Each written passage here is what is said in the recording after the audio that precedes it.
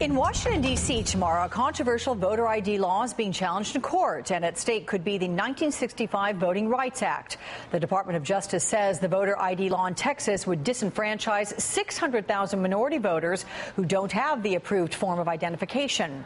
Also pending this month is a lawsuit against the Pennsylvania voter ID law, which could stop even more people from voting in November. And joining me is Leila McDowell of the Advancement Project, who's involved in both lawsuits. Welcome, Leila. Thanks for joining us. Thank you for having me. So your group intervened in the Texas case, which goes to trial tomorrow. What do you think is going to happen?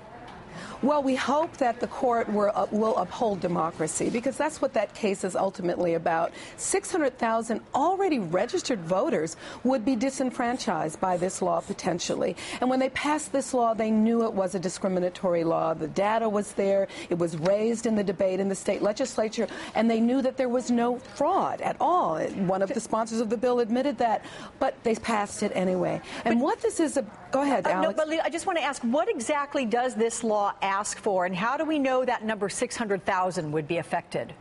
So what this law asks for, like the other state photo ID laws, it's very restrictive in that it asks you to provide certain information, certain documents in order to get a state photo ID. And you already have to provide documents and identification for when you register to vote.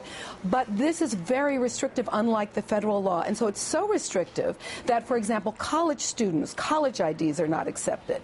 Gun licenses are. College ID is not. So the 600,000 are people who don't have that state photo ID and will not be able to go to the polls and vote unless they get it. And getting those underlying documents can be extraordinarily difficult, and it can be expensive. Okay. What about the suit that your group has also filed against the Pennsylvania voter ID law? That is a key swing state. This one goes to trial later this month on the 25th, and that really could affect the outcome of the November election. What do you expect to happen there?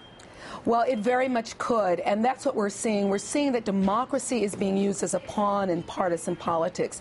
The House Republican majority leader said Romney can win Pennsylvania with this photo ID law because it disenfranchises close to 760,000 registered voters. What was the margin of victory between Obama and McCain? It was 622,000. We know it's a close race. I think a recent poll that was done showed a 9% difference between Obama and Romney. So it's very clear that if you disenfranchise voters like Mrs. Applewhite, 93 years old, she marched with King for the right to vote. And now because she can't get a birth certificate, she's going to be unable to vote this year. So is there anything that people can do to try to turn this around for themselves? I mean, if they can't get a driver's license or something with this voter ID, is there anything that can allow them to vote then in November?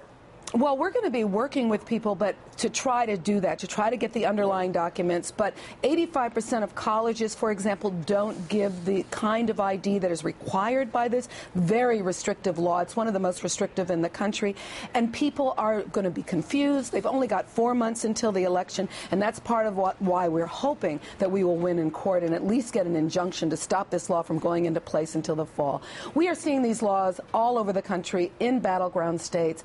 And the thing that I think is so troubling about it, Alex, is that election day, is the one day in America where we are all equal. Whether you're black, white, young, old, rich, or poor, you know, when you pull the lever for the candidate of your choice, you have an equal voice in our democracy. And the right to vote is as old and sacred as the Declaration of Independence. And that is what's being threatened today by these voter suppression laws. Something that should be cherished, absolutely. Leila McDowell, thank you. Good to see you again. Thank you. Thank you.